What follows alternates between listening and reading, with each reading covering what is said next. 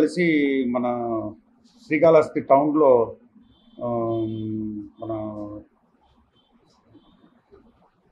TV విలేకరి వాళ్ళ ఇంట్లో దొంగతనం చేశారు. ఆ కేసులో ఈ షేక్ బాబా వల్లీని అతన్ని అరెస్ట్ చేయడం అయింది. అతన్ని మేము తిరుపతి తిరుచానూరు రోడ్లో ఫ్లైఓవర్ బ్రిడ్జ్ దగ్గర ఈరోజు ఉదయం 9 గంటలకు అరెస్ట్ చేసి అతని వద్ద నుండి ఒక 7 లక్షల విలువైన 100 గ్రాముల బంగారు నగలు, 400 గ్రాముల వెండి ఆభరణాలు మరియు 90,000 రూపాయల నగదు స్వాధీనం చేసుకున్నాము. ఇతని అసోసియేట్స్ ఇద్దరు కొంచెం అబ్స్కాండ్లో ఉన్నారు, మాకు దొరకలేదు, ఇంకా వాళ్ళ కోసం కూడా చూస్తున్నాము. తర్వాత ఇతను ఇది మన కాళహస్తిలోనే కాకుండా కర్నూలు టౌన్ పరిధిలోను ప్లస్ అదేవిధంగా మన వినుకొండలోను దొంగతనం చేసినట్టు చెప్పాడు. ఆ కేసు సంబంధించి కూడా కొన్ని వివరాలు ఇచ్చాడు. తర్వాత అతన్ని ఈరోజు రిమాండ్ నిమిత్తము శ్రీకాళహస్తి మేజిస్ట్రేట్ కోర్టులో హాజరుపరుస్తున్నాము.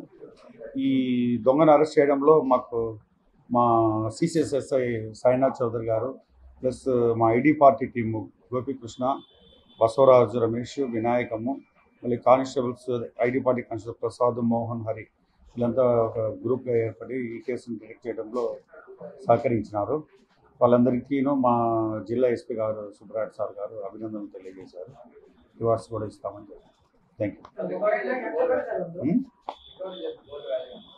రికవర్ చేసిన గోల్డ్ వాల్యూ వచ్చేసి 7 lakhs 100 grams గోల్డ్ రికవర్ చేశారు.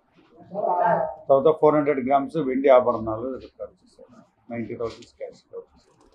ఈ కేసు యొక్క ఫిర్యాదుదారు కూడా మన మీడియా మిత్రుడే.